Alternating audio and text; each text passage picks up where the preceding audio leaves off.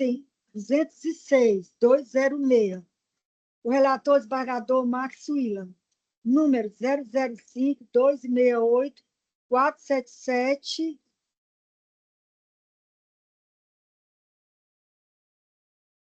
(2021), o advogado Luísa Vale. Da parte apelante ou apelada? Da parte apelada. Dispensa a leitura do relatório, doutora. Senhora presidente, só um minutinho. 206, né? Aquela parte apelada. Vamos lá.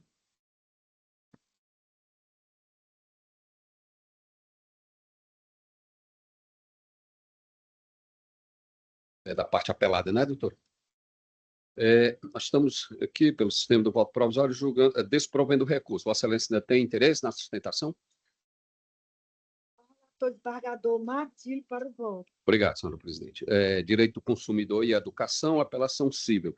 Ação civil pública, reajuste de mensalidade do curso de medicina da Estácio de Juazeiro do Norte.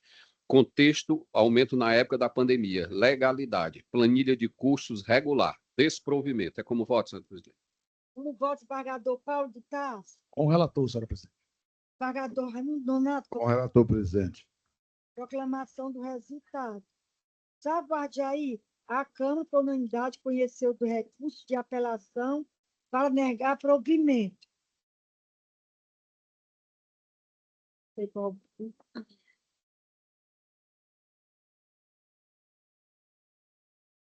Próximo, Lorena, vamos aproveitar que só tem 3 aqui. 183. Próximo, 183. O advogado. Doutora Jardelli, advogada. Agravo de instrumento de número 063, 683, 204, 2024. O relator desembargador Max William. Dispensa a leitura do relatório, doutora. Advogado da parte agravada, 15 minutos para sustentação. Desembargador Max William. Só um momento. Desembargador Max, só um momento. Nessa parte aí que é parcial para ela, ela ganhou alguma coisa de que pediu para não ter acesso? Alguma indenização? E aí, se ela pediu 10 mil, ninguém sabe.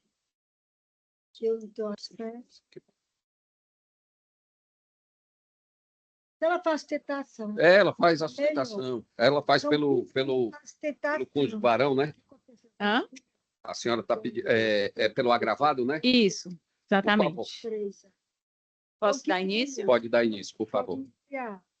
Excelentíssima senhora desembargadora presidente Cleide, excelentíssimo senhor desembargador relator Marcos William, excelentíssimos demais desembargadores que integram este egrégio colegiado, ilustre representantes do Ministério Público, Defensoria Pública, senhores advogados, muito bom dia. Compareço a esta tribuna para defender Francisco Nogueira dos Santos Neto, agravado deste processo, e demonstrar o respeito que esta casa merece, que o agravo de instrumento interposto não encontra amparo jurídico, lógico ou fático, devendo, por isso, ser integralmente rejeitado. Estamos diante de um litígio envolvendo divórcio, guarda e alimentos. A decisão agravada proferida pela 4ª Vara de Família de Fortaleza fixou alimentos adequados aos filhos, manteve o custeio do plano de saúde e da mensalidade escolar. Indeferiu o pedido de justiça gratuita formulado pela agravante, lá autora, e rejeitou o aditamento à inicial corretamente por sua flagrante extemporaneidade. O agravado cumpre rigorosamente todas as suas obrigações parentais, mantém postura colaborativa, apresentou documentos, esclarecimentos e aceitou a guarda compartilhada nos termos propostos pela própria agravante. A agravante, entretanto, ingressa com este recurso, sustentando a narrativa que, embora carregada de forte carga emocional, não se sustenta diante do conjunto documental e da realidade fática. É sobre essa desconexão entre narrativa e realidade que passo a discorrer agora. Excelências, a agravante afirma, inicialmente, hipossuficiência, mas os autos dizem exatamente o contrário, pois ela possui empresa ativa, com capital social elevado de R$ 30 mil, para quem se diz hipossuficiente, ampla presença nas redes sociais dessa empresa, centenas de encomendas mensais, renda constante advida do ramo de confeitaria, viagens recorrentes, sempre informadas ao agravado para ajustar o plano de convivência com os filhos, uso exclusivo do imóvel comum do ex-casal, recebimento integral do aluguel até final de 2024. Apesar disso, afirma não ter condições sequer de arcar com as custas processuais. Com a devida vênia, excelência, isso não caracteriza hipossuficiência, caracteriza narrativa. Juízo de origem deferiu a gratuidade com base em fatos concretos. A presunção da declaração de pobreza cede diante da prova robusta no sentido contrário. Conceder a justiça gratuita nesse cenário banalizaria o instituto e criaria uma desigualdade artificial, não verdadeira. Manter a decisão agravada, portanto, a medida de justiça, coerência e respeito à boa-fé processual. Passo a discorrer sobre o uso indevido pela agravante do protocolo de gênero e inexistência de prova de violência, pois este ponto merece uma atenção especial, já que a agravante, Vossas Excelências, tenta transformar um litígio patrimonial, alimentar em suposto quadro de violência psicológica e patrimonial, sem trazer sequer um único indício de provas aos autos, pois não há nenhum laudo médico, nenhum relatório psicológico, nenhuma perícia, nenhum prontuário, nenhuma testemunha, nenhum boletim de ocorrência sobre o alegado. Nada. A alegação de violência aparece somente, vejam, Excelência, somente após o indeferimento dos pedidos patrimoniais que ela fez, o que revela seu caráter meramente retórico. O protocolo de julgamento com perspectiva de gênero é um instrumento sério, destinado a proteger mulheres genuinamente vulneráveis. Não é um mecanismo para fundamentar pretensões patrimoniais ou inverter o ônus da prova em conflitos típicos de dissolução conjugal. Seu uso indiscriminado fragiliza o próprio instrumento, prejudicando justamente quem dele realmente necessita. O rigor técnico exige reconhecimento de que não houve violência, não há provas de violência, não há qualquer indício de violência. As alegações, portanto, Excelências, devem ser afastadas por absoluta ausência de suporte fático, ou seja, por absoluta ausência de provas. Com relação ao aditamento extemporâneo e conduta processual do agravante, que é o ponto central, apresentado depois da citação do réu, dispositivo em violação direta ao artigo 329, inciso 2 do CPC, dispositivo que exige a anuência expressa do réu, o que jamais ocorreu. E é essencial reafirmar: negar anuência não é má-fé, é exercício regular de direito processual. Ora, a agravante insiste, todavia, em tentar reintroduzir os mesmos pedidos, ora em embargos, ora em aditamentos informais, ora por meio deste agravo. Trata-se de condução processual que viola lealdade, cooperação e racionalidade tentando transformar o exercício legítimo do contraditório em suposta violência. A decisão que indeferiu o aditamento é técnica correta e absolutamente conforme à lei.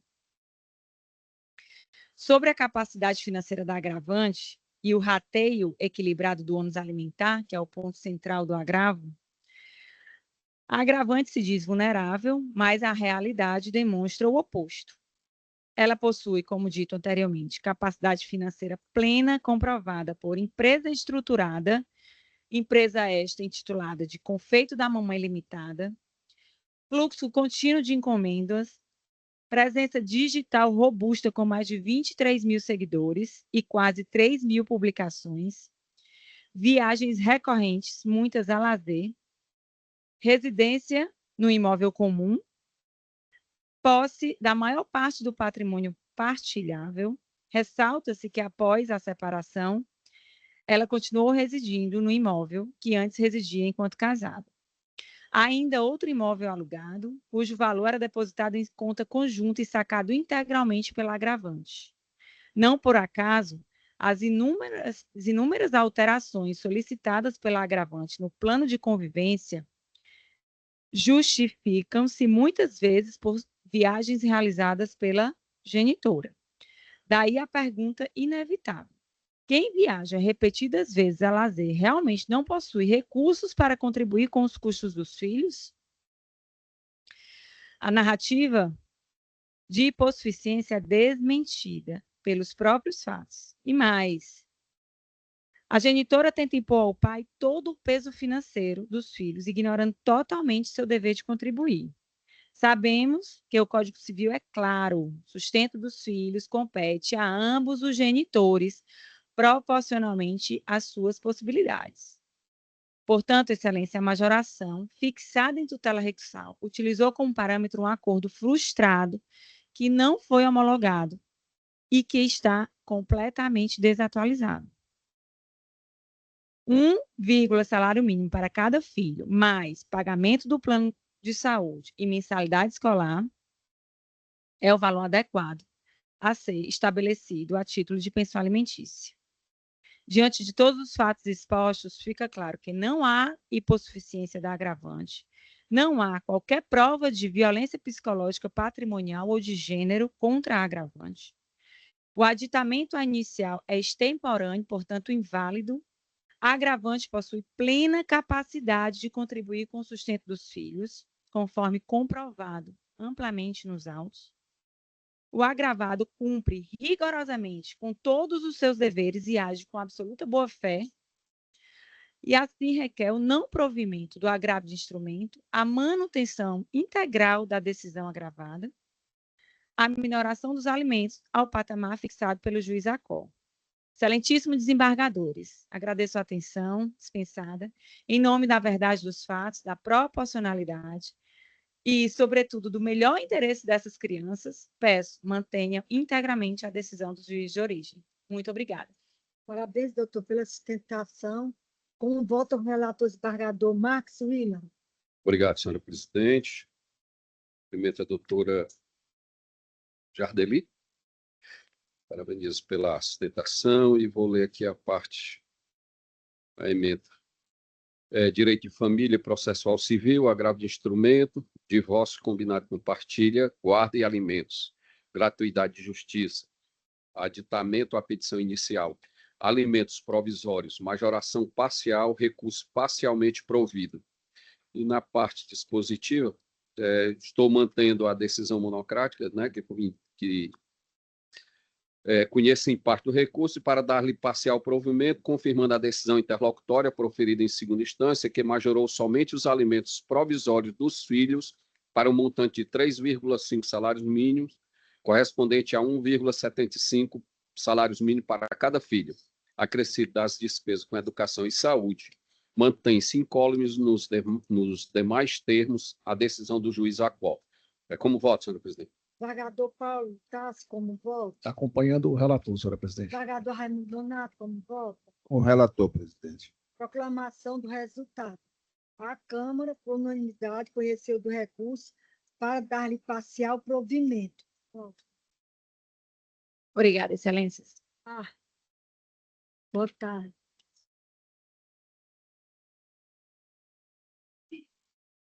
Cento e três, 103, da pauta.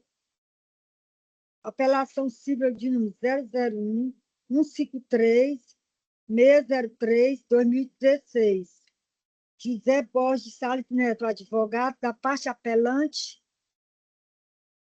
O relator desembargador Marcos William. Dispensa a leitura do relatório, doutor. Dispenso. 15 minutos para sustentação. Excelentíssimos senhores desembargadores, tentarei ser o mais breve possível, até pelo horário, né? Então, bom dia. Ah, Esquecer.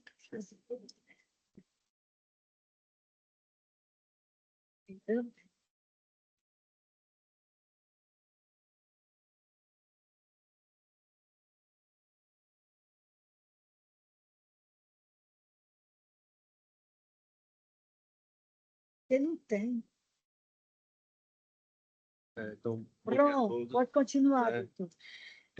Tentarei ser o mais breve possível, senhores. Estamos aqui pela apelante, empresa Apodi, e tentarei fazer aqui um breve resumo do caso, até mesmo para contextualizar Vossas Excelências, e termos um pouco mais de noção assim, do caso, né? Apesar de que certamente Vossa Excelência já verificaram o relatório e tudo mais. Mas é importante ressaltar aqui, se trata de uma ação falimentar, uma ação de falência que foi ajuizada lá em 2016. Essa ação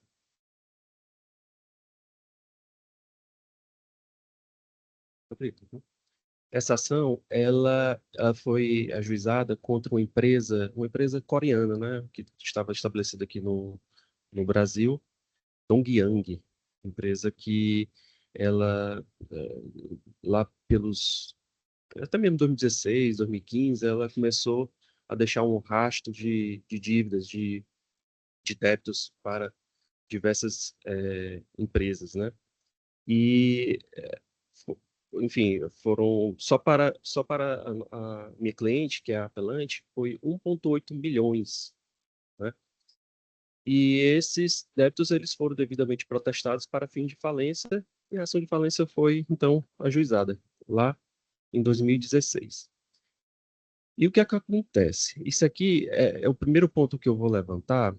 São basicamente 3 pontos que a gente vai apresentar de uma forma bem sucinta, mas o primeiro ponto é muito importante, porque se trata de uma questão que envolve a representação processual da parte, né?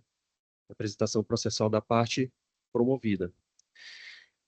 Desde o começo do processo, foram feitas tentativas de citação dessa empresa Dongyang, e quando chegou no momento da citação por edital, eles compareceram espontaneamente nos autos e, enfim, apresentaram contestação.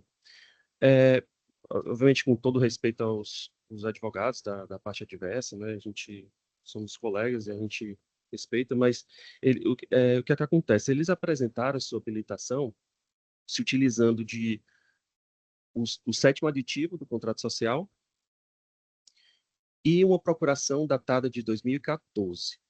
A contestação foi apresentada em 2017, certo? Então, a gente tem um lapso aí basicamente de 3 anos entre essa confecção dessa procuração e a defesa que foi apresentada. Verificou-se, no entanto, esse é um ponto que eu abro até um parêntese, esse não foi um ponto, um assunto inserido na apelação, porque foi detectado agora, recentemente, e foi então levantada essa questão nos autos do processo, foi um pouco antes, foi logo depois da inclusão em pauta, né? E essa questão, o que é que acontece? Vamos lá. Em 2015, março de 2015, foi elaborado o 8º aditivo ao contrato social dessa empresa, Dongyang. Nesse aditivo, março de 2015, o administrador da empresa e sócio foi excluído da empresa, e um outro administrador e um outro sócio foi inserido no contrato social. Então, vamos lá, a procuração que foi assinada por esse sócio e administrador que foi excluído, ele foi lá de 2014. Eles apresentaram a contestação em 2017. Em 2017, já existia um outro administrador, já existia outra composição societária. Então, essa procuração que foi apresentada, ela não tinha mais nenhuma validade. Então, a gente levantou esse ponto porque o artigo 76, ele diz que, verificada a irregularidade da representação da parte, deve o processo ser suspenso para que a parte possa, então, fazer a devida regularização, né?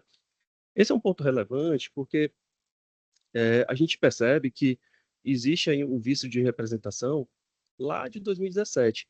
Isso é muito importante porque, é, aí eu vou entrar no mérito já já, mas a parte aqui apelante, ela teve, além de um prejuízo de 1,8 milhões, né, que não foram pagos, evidentemente, ainda foi condenada em honorários sobre 10% sobre o valor da causa, né? Por quê? Porque a ação de falência ela foi rejeitada. E por que foi rejeitada? E aqui entra o mérito, né? Foi rejeitada porque não constou no instrumento de protesto a pessoa que teria recebido a notificação pessoal no ato do protesto, né? Então, isso foi o motivo que levou aí a improcedência da ação, a condenação em honorários, e que levou, então, à apresentação dessa apelação. Então, o primeiro ponto aqui, então, é a necessidade, e é o que a gente faz esse pleito, de que haja a suspensão do feito para que a parte promovida seja devidamente intimada, para que regularize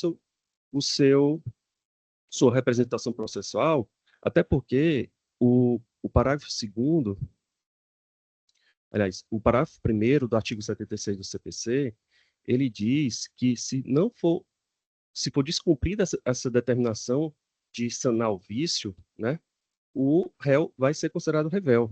Então, isso é extremamente importante que seja analisado esse ponto, para que, se for o caso, suspenda o feito, haja a devida regularização. No que respeita já ao mérito, o que é que acontece? A gente deu entrada com ação falimentar, o juízo recebeu a petição inicial, verificou que todos os documentos estavam ok, deu prosseguimento ao feito, e lá na frente, depois até que houve mudança de jurisdição, de juízo, né, que foi para as varas especializadas, foi detectado então, que a certidão de protesto não continha a pessoa que recebeu a, a notificação. No ato da apelação, a gente juntou todos os 103 protestos que foram feitos com a devida comprovação que a gente obteve no cartório de quem teria recebido a notificação pessoal para fim de protesto, né? Então, esse é o ponto. A jurisprudência do STJ, inclusive, ela compreende que a ação falimentar, se ela vem também com os títulos, né, a duplicata, nota fiscal, o devido comprovante de entrega da mercadoria, além do protesto, ela serve, então, para que se dê continuidade à ação falimentar. Esse requisito, tudo bem que existe aí os entendimentos contrários da necessidade de apontar quem recebeu a notificação, ela, inclusive, foi suprida aqui no ato da apelação e teria sido suprida lá no começo da ação se o juízo tivesse determinado a emenda como deveria ter determinado. E o terceiro ponto, já finalizando, é que, em se dando prosseguimento ao feito, né, superado esse pedido de suspensão e superar também a questão do mérito que dê o improvimento aí do nosso apelo, que os honorários eles sejam fixados de forma equitativa. Aqui a gente até levantou um recente julgado, também nessa última petição, um recente julgado do STJ, que a gente queria frisar. O STJ, ele entende que nos casos em que haja a extinção do feito, mas que o débito permaneça, aqui vai se tratar de um proveito inestimável, né? Então, não é que o débito 1,8 milhões que estava ali dentro da ação falimentar, né, não é que ele foi extinto, né, ele permaneceu. Então, aqui seria um proveito inestimável. E, nesses casos, o próprio STJ ele vem compreendendo que a fixação dos honorários deve ser feita de maneira equitativa. Tá? Então, eu finalizo reiterando aqui o pedido para que seja verificada essa questão da representação processual, que é muito relevante, é uma questão processual, o CPC ele trata especificamente sobre isso. E, superado isso, caso o mérito realmente venha a ser rejeitado, né, respeito ao nosso apelo, que pelo menos os honorários eles sejam fixados de forma equitativa. Tá? Então, eu finalizo aqui. Muito obrigado. Parabéns, doutor, pela sustentação. Ao desembargador relator Marcos Filho para o voto. Obrigado, senhor presidente. Cumprimento o doutor José Borges. Faço, então, a leitura da emenda.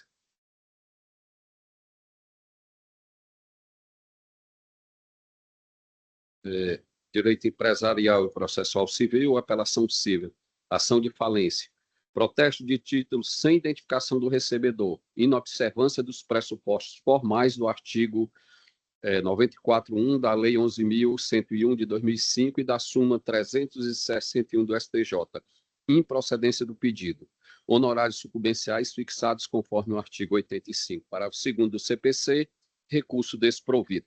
Como voto, senhor presidente? Ao desembargador Paulo Tasso para o voto. Acompanho o eminente relator, senhor presidente. Como voto, desembargador Raimundo Nonato. Com o relator, presidente. Proclamação do resultado. A Câmara, por unanimidade, conheceu do recurso de apelação para negar provimento.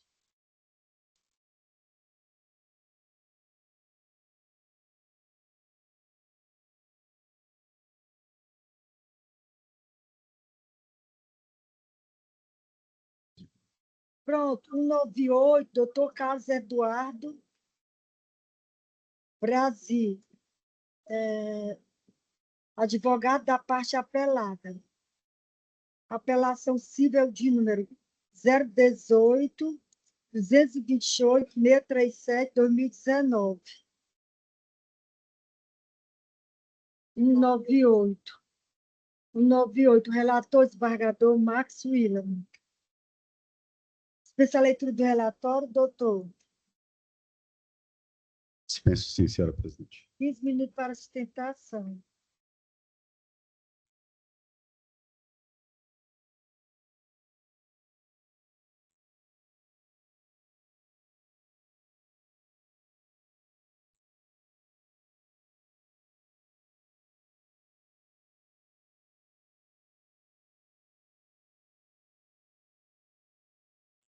Muito bom dia, senhora desembargadora presidente, desembargador Paulo de Tasso, desembargador Marcos William, desembargador Raimundo Nonato, senhores representantes da Defensoria Pública, do Ministério Público, todos os serventuários dessa justiça aqui presentes, todos os advogados aqui presentes nesta sessão de julgamento, faço menção e destaco especialmente a presença da doutora Rosa Maria Felipe, que é conselheira estadual da Ordem dos Advogados do Brasil.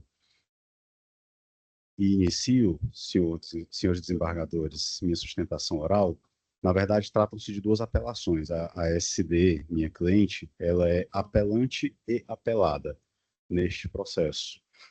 A sentença, ela foi parcialmente procedente, praticamente todas as pretensões da minha cliente, entretanto, existem alguns pontos que nós estamos tentando, desembargador Paulo de Tasso, revolver e trazer de volta aqui para uma rediscussão que nós entendemos mais adequada perante este colegiado, certo?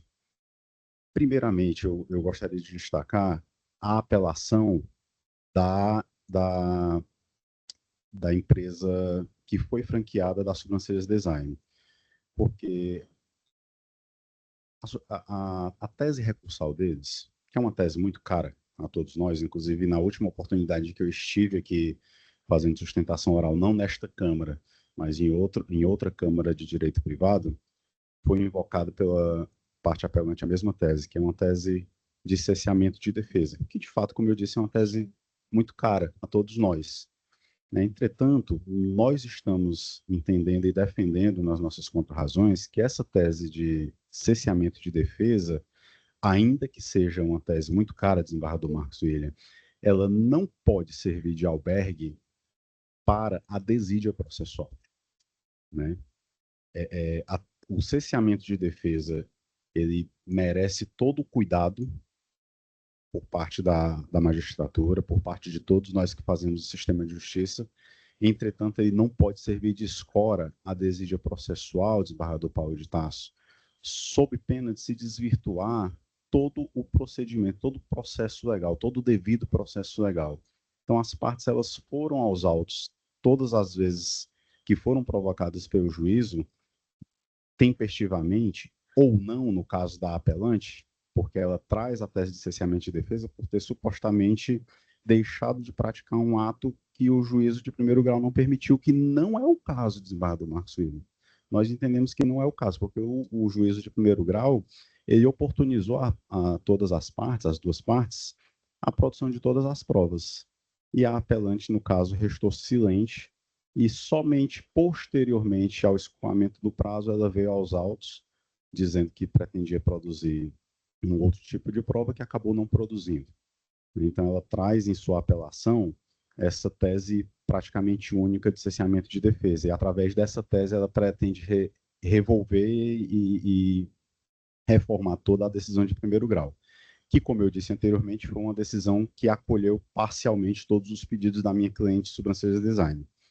E aí, no caso, na nossa apelação, nós estamos batendo em alguns pontos que nós entendemos que merecem uma melhor discussão, desembargador Marcos William, especialmente em relação à questão da multa, que foi reduzida lá no primeiro grau. Existe uma multa contratual que foi ajustada entre as partes, é um contrato de franquia, contrato entre duas empresas, uma previsão contratual que previa o pagamento de uma multa no valor de R$100 mil para o caso do descumprimento.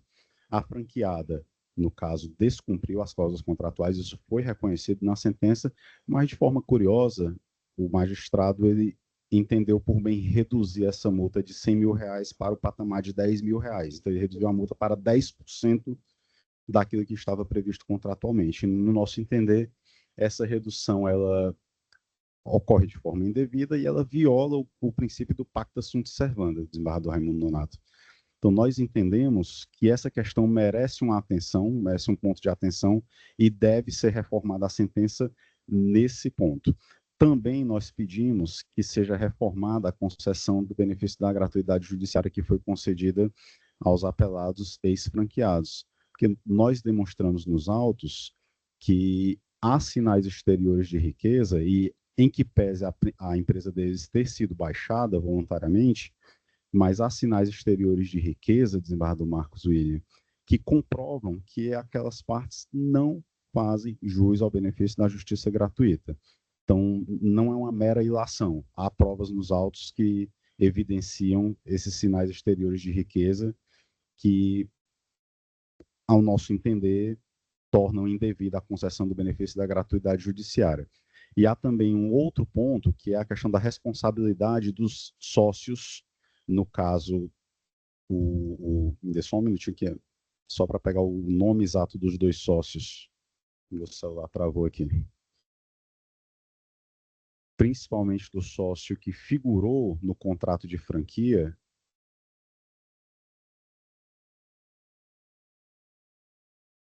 o senhor Marcos de Moraes Furtado, é um sócio que de fato figurou no contrato de franquia, e nós entendemos que ele deve ser responsabilizado de forma solidária por todos os pagamentos que foram ajustados e reconhecidos na sentença, e inclusive os que nós estamos pedindo a reforma aqui em relação à questão da multa, para que a multa seja restabelecida no seu patamar integral.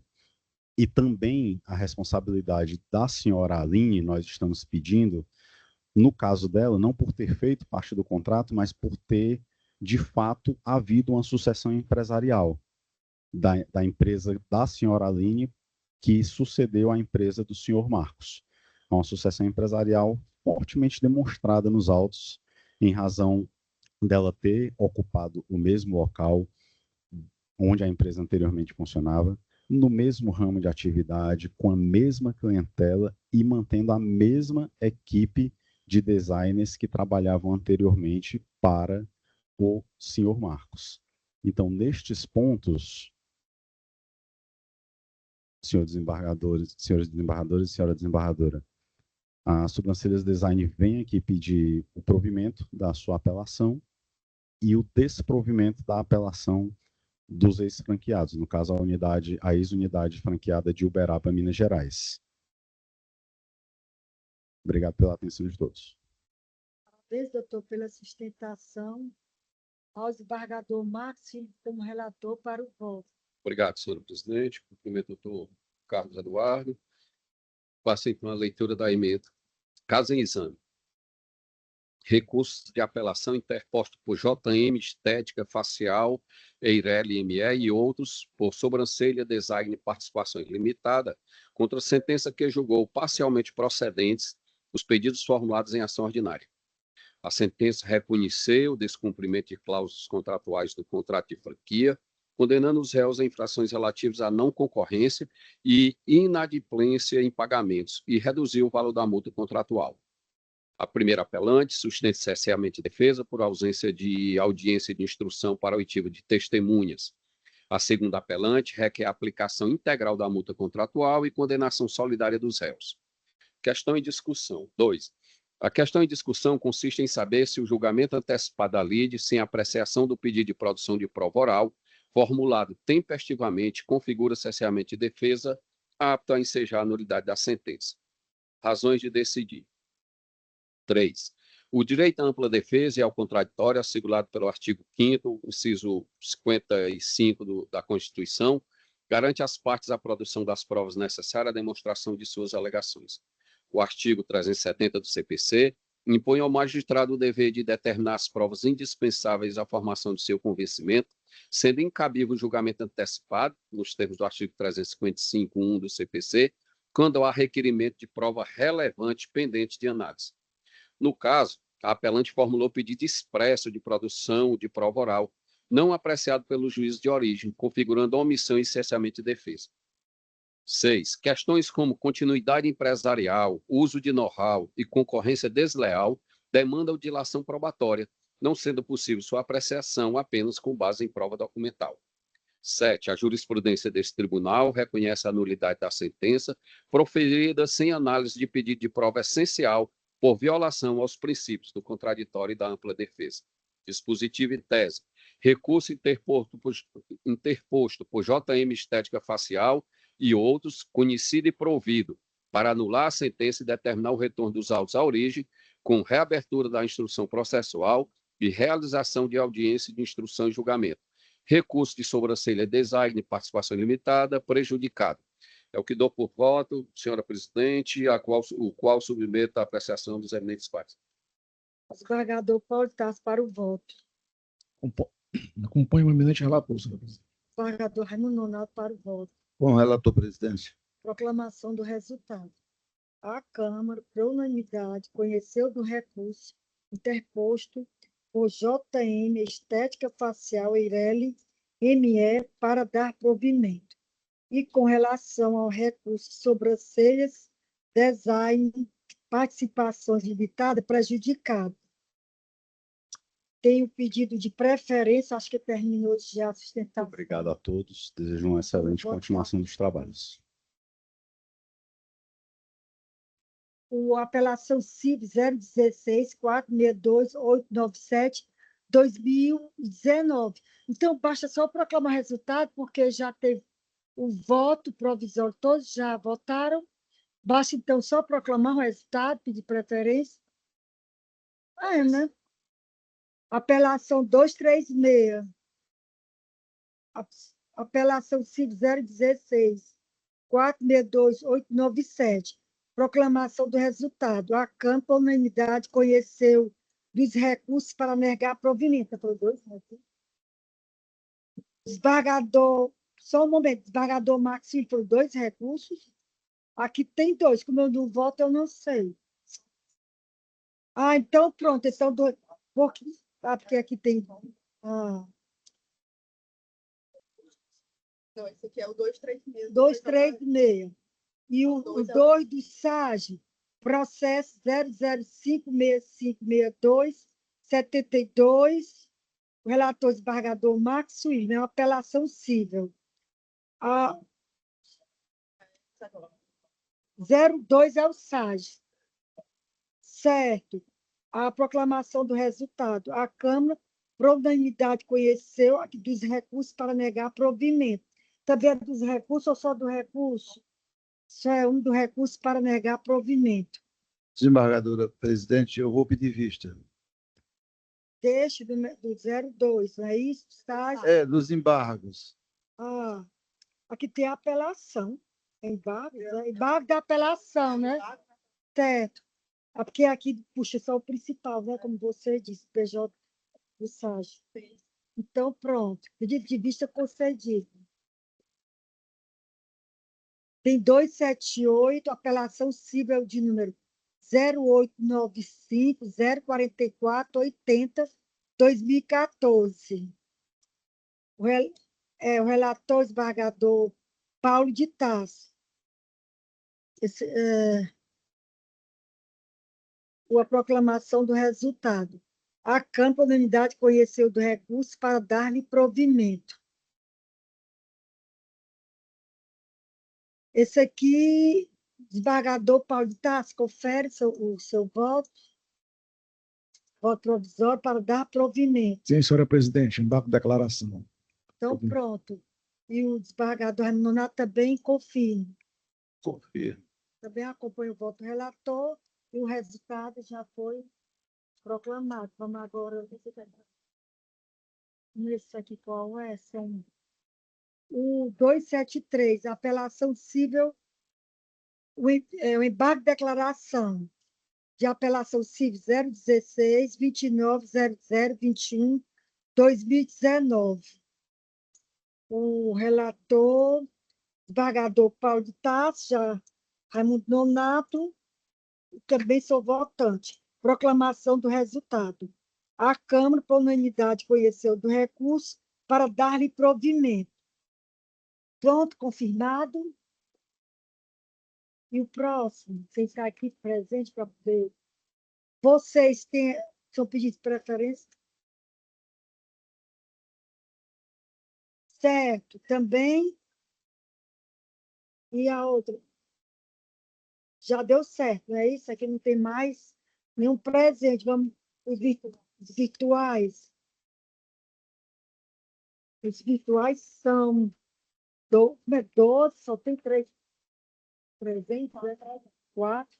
Então, vamos começar o virtual, qual é? Virtual, vamos começar pelo 238. 238, Rosângela Maria Araújo Sobreira, advogada da parte apelada. Apelação cível de número 020 3408 54 2024. Desembargador Marcos William, relator. E o advogado se encontra, olha só que ela se encontra. Então, o advogado não está presente. Advogada Então, vou fazer a Rosângela proclamação Sobreira. do resultado. Advogada Rosângela Sobreira. Presente. Não, então, Presente, excelência. então, vamos lá. Dispensa a leitura do relatório, doutora. Excelência. 15 minutos para sustentação. Senhora presidente, só um minuto. Doutora Rosângela, a senhora fala em nome do apelado, é isso? Isso. Em nome do apelado. Davi Certo. Albuquerque. Certo. Nós estamos desprovendo aqui no sistema do voto provisório, desprovendo o recurso. A senhora ainda tem interesse na sustentação? Não, tá ótimo. O importante para mim era a criança conseguir o home care. Então, o desembargador Marcos William, como relator, para o voto. Precisa eleitar a emenda porque ela ia fazer a Rapidinho votação. aqui. Certo. Direito civil do consumidor, apelação civil, plano de saúde, tratamento domiciliar, home care, negativa de cobertura, abusividade, rol da ANS de natureza exemplificativa, dano moral configurado, recurso desprovido. Como voto, senhor presidente? Como voto, desembargador Paulo de Tarso. Com o relator, senhora presidente. Desembargador Raimundo Nonato, como Com o voto. relator, presidente. Proclamação do resultado. A Câmara, por unanimidade, conheceu do recurso para negar-lhe provimento. Qual é o próximo? Obrigada, Excelências. Tenha uma boa tarde. Boa tarde. Boa tarde, doutor. Os 104, o relator desembargador Marcos William, apelação cível de número 00003603-53-2007. O advogado Igor Amorim, da parte agravante, se encontra. Se encontra ele. Foi chamado no chat, ele não se encontra. Posso proclamar o resultado? Pronto. A Câmara, por unanimidade, conheceu do recurso para negar-lhe provimento. Ele era de quem, tá? O próximo.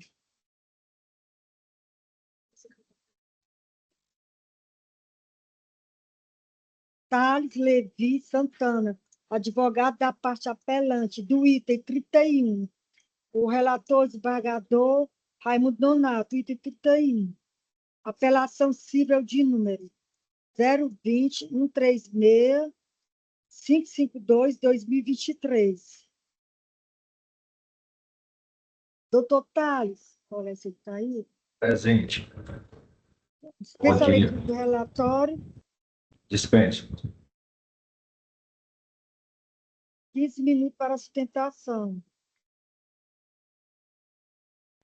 Ok. Obrigado. Primeiramente, boa tarde a todos, todas.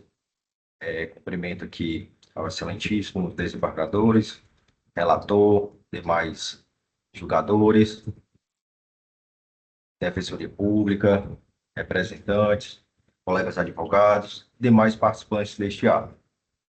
Pois bem, vou tentar ser mais breve possível, considerando a pauta extensa aí. Primeiramente, o processo é de Otávio Saraiva dos Santos contra o Banco Bradesco. Processo este que foi iniciado em 2023. Já temos aí quase 2 anos em relação a isso. O processo ele se refere a um contrato com o Banco Itaú. Um contrato com o Banco Itaú em relação com o final 6367, o empréstimo consignado. É interessante ressaltar que a parte autora é analfabeta, não sabe ler nem escrever, conforme o documento RG juntado à inicial, recebe uma aposentadoria por idade rural, tem alguns empréstimos já no seu benefício, inclusive recebendo um valor bem abaixo do salário mínimo. Pois bem, a sentença foi julgada improcedente, isso lá em 2024, se eu não me engano, e mesmo assim, mesmo a parte autora tendo impugnado expressamente a suposta digital no contrato juntado pelo banco, bem como informou que desconhecia a pessoa que assinou a rolo e as testemunhas, tendo em vista que foi juntado o contrato pelo banco, informando a suposta contratação pelo autor. Chamado ele ao escritório, conferida a digital dele, o mesmo informou que não foi ele que assinou. Foi solicitado perícia na réplica. Foi julgado improcedente na primeira sentença. Com isso, teve apelação no sentido de decretar a nulidade, considerando essencialmente defesa e solicitando a realização da perícia papiloscópica. Continuando o processo, em setembro de 2024, houve o acordo, caso por essa Câmara aqui, através do excelentíssimo desembargador Raimundo Nonato Silva Santos, a qual proveu. Só uma parte. Vossa Excelência é advogado do cliente, não é isso? Isso, da parte, não é da instituição financeira. Não. Eu não sei se Vossa Excelência ficaria satisfeito. E aqui a gente reconhece o pagamento de indenização por danos morais no valor de R$5.000, com correção monetária e juros de mora. E a gente está indeferindo apenas, indefere-se os pedidos de fixação da verba da verba honorária por apreciação equitativa e de arbitramento do percentual em seu patamar máximo. Sucumbência exclusiva da instituição financeira. O senhor tem interesse ainda? Não, satisfeito. Muito obrigado. Então, pois não, senhora presidente. Recurso coincide parcialmente provido no sentido de reformar a sentença para condenar o réu ao pagamento de indenização por danos morais no valor de R$ 5.000, com correção monetária e juros de mora, indeferindo-se os pedidos de fixação de verba honorária por apreciação equitativa e de arbitramento do percentual em seu patamar máximo. Sucumbência exclusiva da instituição financeira. Como voto, senhora presidente? Acompanho o voto do relator na íntegra. Ao desembargador Marcos Filho para o voto. Com o relator, senhora presidente. Proclamação do resultado. A Câmara da Unidade conheceu do recurso para dar-lhe parcial provimento. Próximo. Bom trabalho. Boa tarde. 218, item. Doutor Afrânio Melo Júnior se encontra. Advogado da parte apelada se encontra. Melo Júnior se encontra. Pronto, eu posso proclamar o resultado, porque ele não foi chamado no chat, ele não se encontra. Proclamação do resultado. A Câmara, por unanimidade, conheceu do recurso para negar-lhe provimento. Próximo.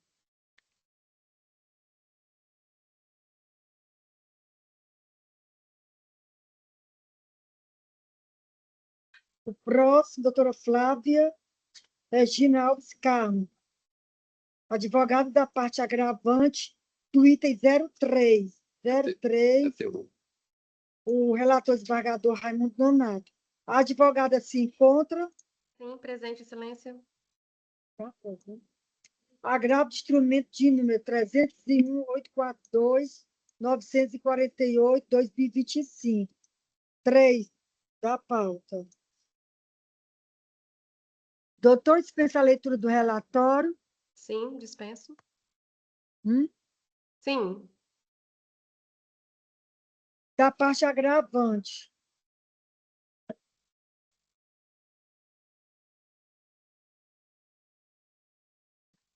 Doutora, pode começar a sustentação.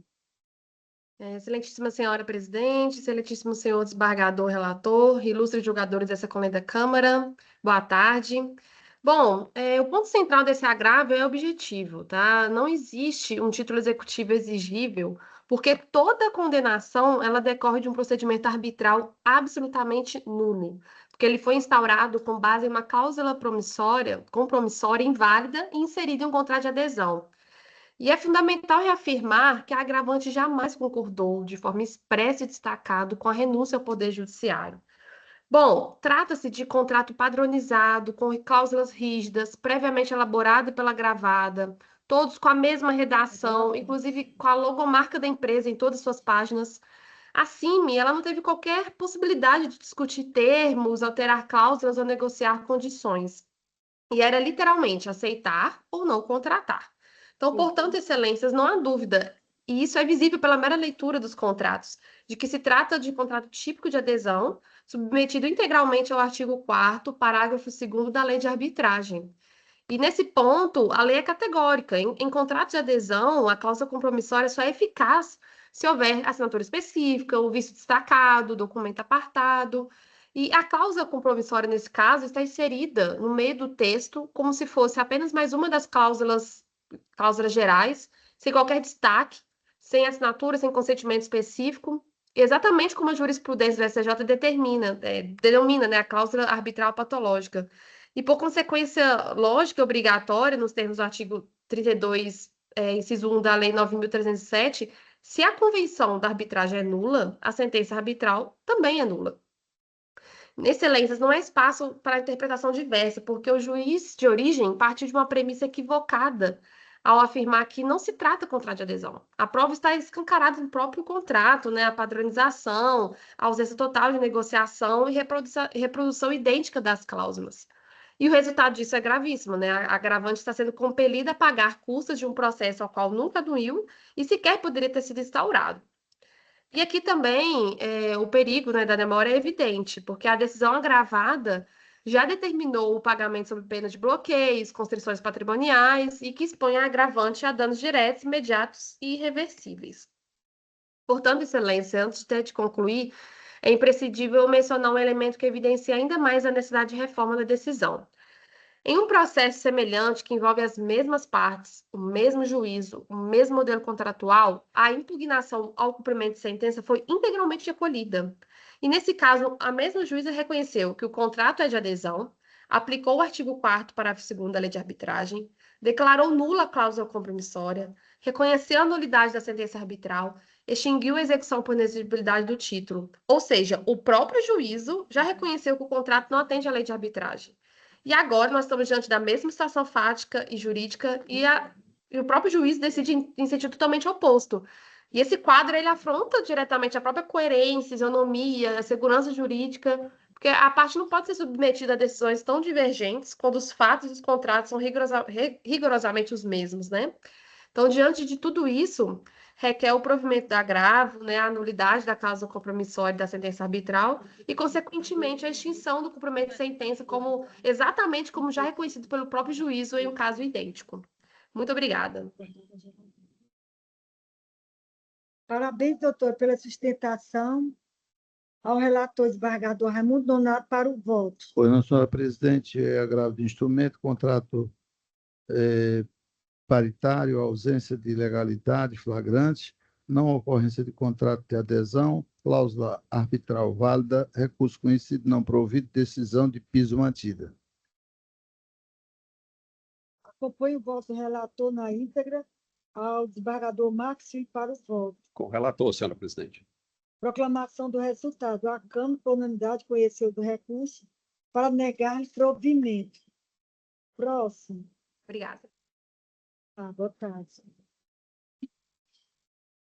169, item 169.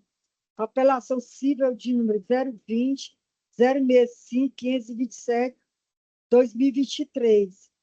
169, o relator desembargador Max Willam. Advogada Iara Salles, da parte apelante, se encontra. Iara. Se encontra aí? Proclamação do resultado. A Câmara, por unanimidade, conheceu, aqui vai ser dos recursos ou recurso? Tem no plural, não sei. Para negar provimento à apelação e a apelação adesiva. Então, são recursos. Tem apelação e apelação adesiva. Então, conheceu os recursos para negar provimento a ambos os recursos, que aqui eu não participo. O próximo.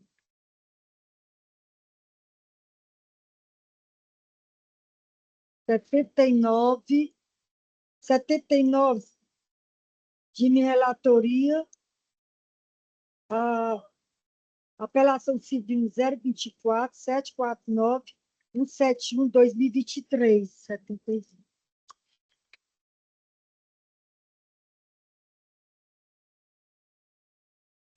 O advogada Fernanda Fernandes dos Santos, se encontra.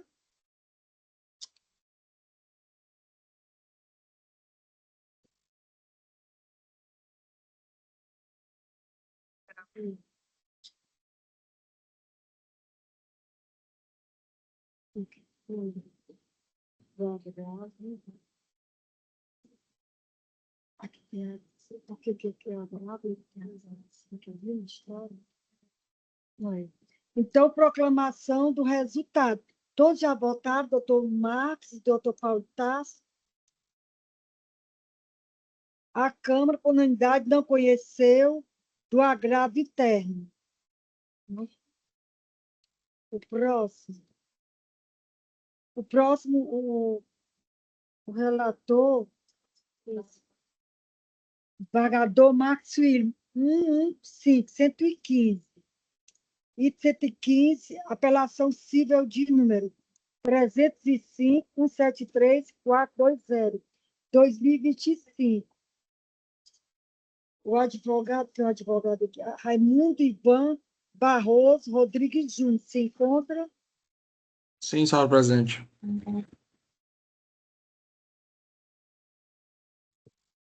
115. O advogado de quê? Do Apvida, é? Isso, senhora presidente. A parte apelante. Da parte apelante, é? Deixa eu ver aqui, porque apelou aqui. Apelante à Apvida, certo. Dispensa a leitura do relatório, doutor. Sim, senhora presidente. 15 minutos para sustentação. Agradeço a franquia da palavra. Inicialmente, gostaria de cumprimentar a todos, faço aí na pessoa da presidente, estendendo meus cumprimentos ao membro do Ministério Público, servidores e quem acompanha a sessão de hoje. Excelências, eu prometo ser breve aqui para contribuir com os trabalhos aí da Câmara. Trata-se aqui de ambas apelações simultâneas, né? Tanto a parte ré como a parte autora apelaram da sentença.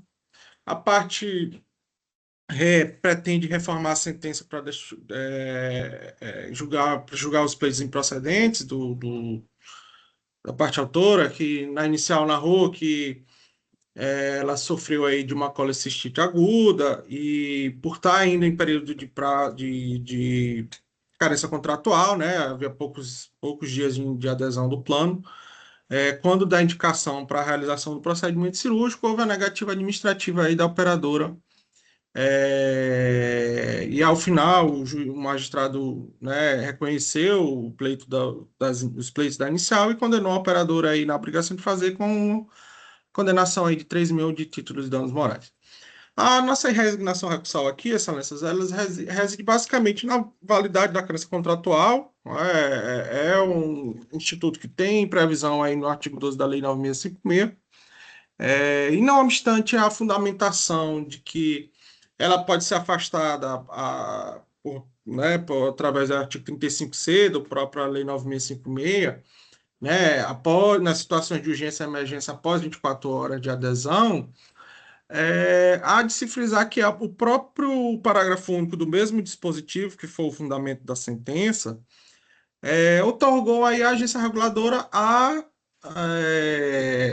regulamentação de como se dará esse atendimento dos casos em que houver a carência contratual. E, no caso concreto, a operadora ela deu cumprimento ao que dispõe a Consul de número 13, que é uma normativa da agência reguladora que regulamentou aí os atendimentos dos beneficiários que ainda estão em cumprimento de carência contratual, né? Essa Consul, ela basicamente disciplina que esse atendimento se dará aí nas 12 primeiras horas, de forma ambulatorial, e isso de fato aconteceu, tanto que a beneficiária ela teve o diagnóstico quando esteve lá no nosocômio da operadora, e quando se caminha aí para um procedimento mais complexo, que seria o procedimento cirúrgico, né? Aí a carência ela teria que ser de fato cumprida, porque de fato a Consul ela determina uma garantia para que o beneficiário tenha a estabilização do seu quadro de saúde e o atendimento ambulatorial, a fim de evitar aí um prejuízo maior. E nessas situações, caso ele não pretenda arcar com o procedimento, enfim, de forma particular, ele ser regulado ao leito SUS. Então, de forma breve e objetiva, excelências, nós entendemos aqui que não houve qualquer abusividade, né, por parte da operadora, porque, de fato, a negativa ela se deu aí baseada nas disposições do contrato, que a carência contratual tem uma previsão expressa, e baseada na própria normativa legal que rege a saúde suplementar, né, que disciplina como se dará esse atendimento. Né? Há de se ressaltar mais uma vez que ela teve o atendimento garantido, né, conforme dispõe a Consul de número 13, e por tal razão nós entendemos aqui que merece reforma integral a sentença aqui do magistrado de primeiro grau. E já contrarrazoando aqui a apelação da parte autora, que pretende a majoração do dano moral, né? Entendeu que o valor que o juízo de primeiro grau fixou aí não seria respeitado os princípios da razoabilidade e da proporcionalidade, Há de se ressaltar, Excelências, que a beneficiária, conforme a própria documentação juntada nos autos aí no ID 29066123, que é um relatório médico, ela já vinha com esses sintomas, né, há mais de 2 meses, inclusive ao tempo anterior à adesão do plano, né? Quando ela fez a anamnese lá no dia que recebeu o atendimento do nosocoma, ela declinou que ela já havia sido diagnosticada com esse problema há mais ou menos 2 meses, né? Então, nós entendemos aqui, Excelências, em que pese não ter sido objeto do nosso recurso a questão da condição pré-existente, mas não há que se falar aqui em agravamento ou prejuízo pela negativa da operadora, porque já era uma condição que ela já havia, né, sofrendo aí antes mesmo do ingresso do plano. Então, aqui não há nenhuma prova de que a negativa tenha causado qualquer agravamento no seu quadro de saúde, ela não demonstrou aí de forma mínima que ela tenha sofrido qualquer prejuízo, né, em relação a essa negativa, ou piora do seu quadro de saúde, e por tal razão aqui nós entendemos que não merece qualquer reforma para a majoração da sentença, do valor de danos morais que forem arbitrados, né? Então, de forma objetiva, a gente reitera os termos do recurso da operadora e pedindo seu provimento e o improvimento do recurso da parte autora. Parabéns, doutor, pela sustentação. Ao relator desembargador Marco William para o voto. Obrigado, senhor presidente. Cumprimento o doutor Raimundo Ivan Barroso. Passa, então, a leitura da emenda. Direito Civil e do Consumidor, apelações cíveis, ação de obrigação de fazer acumulada com indenização por danos morais, plano de saúde, recusa de cobertura de cirurgia de urgência sob alegação de carência contratual, abusividade, situação de emergência configurada, dano moral configurado, majoração do quanto indenizatório, parcial provimento ao recurso da autora e desprovimento do recurso da ré. É como voto, senhor presidente. Com o relator, senhora presidente. Com o relator, presidente.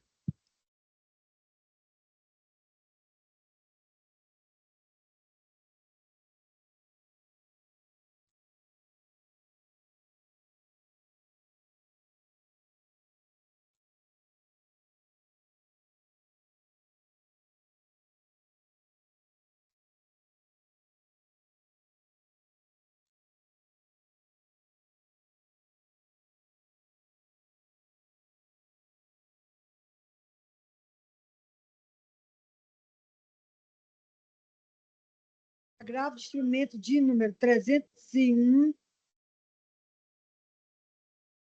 141, 5978, 2025. O relator desembargador Marcos William. Se encontra o advogado Matheus Neves? Não. Proclamação do resultado. A Câmara, por unanimidade, conheceu do recurso de agravo de instrumento para negar provimento. Deu um cafezinho. O próximo.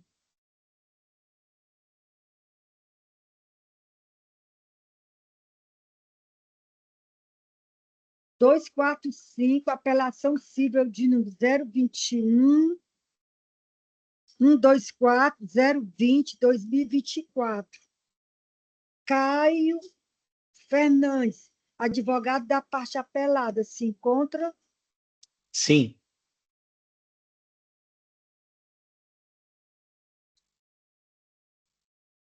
Dois, quatro, cinco. O relator desembargador Marcos William. É uma apelação civil. Dispensa a leitura do relatório, doutor. Dispenso, excelência. 15 minutos para sustentação. Doutor, o senhor fala em nome de quem, doutor? Do apelante ou do apelado? Da apelada, a senhora Leiliane. A senhora Viviane. Nós estamos desprovendo o recurso da Unimed. O senhor ainda tem interesse na sustentação? Não tem, excelência. Só pediria para fazer constar meu nome, por gentileza, no julgamento? Presença? Ok. Como é que sai? Ele dispensou, doutor. Ele dispensou e pediu para constar o nome dele na ata. A doutora Lorena já está anotando ali. Proclamação do resultado. A Câmara, por unanimidade, conheceu parcialmente do recurso para, na parte conhecida, negar provimento. Próximo. Pelo menos anotação 86, já foi ligado? O último aqui. 86, ó. Hein? É. 86 de minha relatoria. Apelação civil de número 020 006 682 2023. O advogado Carlos Henrique de Souza Moura. O advogado da parte apelante se encontra.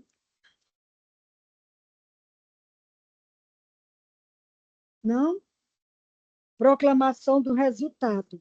A Câmara, por unanimidade, conheceu do recurso de apelação para negar-lhe provimento. Cada sentença foi mantida. Pronto, encerrou? Pronto.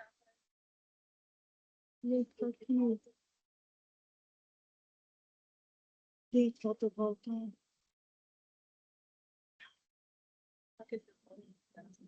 E quem é o relator?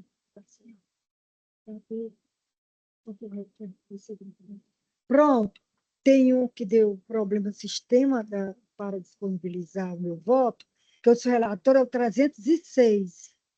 Número, processo agravo interno e agravo de instrumento, da segunda vara da comarca de Taitinga. Número 300-768-239-2025. O desembargador passa a palavra. O meu voto foi para negar provimento, conhecido recurso. O desembargador Max Willam votou ou... Não, senhora presidente, não, o voto não foi disponibilizado no sistema, mas a assessoria de Vossa Excelência disponibilizou o voto e eu tive acesso e o acompanho integralmente. Desembargador Paulo de Tarso, como vota? Acompanho Vossa Excelência. Proclamação do resultado. A Câmara, por unanimidade, conheceu do recurso para negar-lhe provimento. Tem mais algum?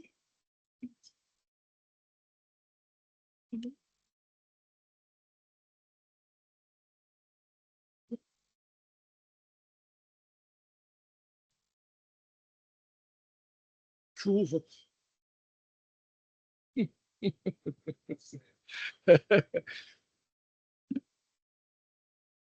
Como não tem mais nenhuma sustentação, se meus colegas confirmam os votos... Confirmo todos os votos, tanto vogal como relator. Confirmo, Confirmo senhora todos presidente. os sistemas. Como vogal, como relator em todos os sistemas.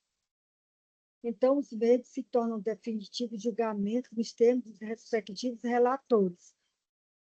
Algum desembargador deseja se manifestar? Já são... Senhora uma hora... Eu serei bem breve, porque é importante. É importante aqui para a terceira Câmara. E, na verdade, até para Vossa Excelência, que é presidente desta Câmara. Foi já publicada, no caso, a resolução do CNJ. Você não tinha colocado até no grupo? A resolução número 645/2025. Ela foi agora, ela é de setembro de 2025. E trata dessas questões de gravação pelas partes, dos advogados, gravar aqui, botei. E tem essa, no caso, aqui no artigo 5º, parágrafo 4º, diz o seguinte: ao iniciar o ato, a autoridade presidente, no caso, Vossa Excelência, deverá, advertir os presentes a respeito das vedações. Aí fala sobre a questão da resolução, ela disciplina aquela situação de alguém filmar, porque um advogado que utiliza da gravação para colocar na internet e dar uma finalidade distinta do Então, que é verdade, fazer. o advogado filmar. Tem as limitações, né? Não é que seja totalmente vedado. Ele pode assim fazer, mas desde que obedeça essa regulamentação do CNJ. Então, passar aqui para Vossa Excelência. Resolução de 645 CNJ, que isso, ela disciplina isso aí, presidente. Nessa resolução. Isso, exatamente. Era bom dar uma olhada nela. Isso. Advertir, né? Certo. A senhora pode fazer de forma bem breve, advertir os advogados presentes, as partes, sobre a questão do disciplinamento das gravações e tal, conforme a resolução. E aí, Lorena, já coloca isso no roteiro, na ata. Isso. Na sessão, a presidente da terceira Câmara toma a seguinte providência e já deixa lá gravado, porque ela fala que é obrigatório, né? Que é uma obrigatória da presidente. Da gravação ou fala mais de alguma coisa? Fala especificamente isso, sobre a lei de proteção de dados e tudo, né? A responsabilidade de que utilizar as imagens e tal. Também, porque sobre o advogado usar ou não gravata. É obrigatório usar gravata, porque assim... São os vestalhares aqui, uma sessão, né, do tribunal, uma sessão do tribunal, o advogado é obrigado a utilizar as vestalhares. O advogado justificou porque tinha derramado café, molhou e tudo, mas uma sessão não, mas tem que estar caráter, né? Sessão por conta. Ele justificou. Porque se ele já está aí, eu não ia discutir.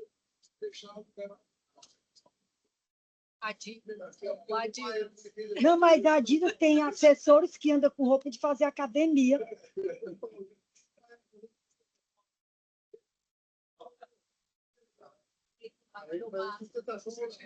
Esse atendimento que fica sem roupa falando comigo, acho que também é verdade. Então, declarar a sessão do dia encerrada. Até a próxima, se Deus quiser. Foi rápida. Boa tarde a todos. Boa tarde a todos. Boa tarde. Boa tarde.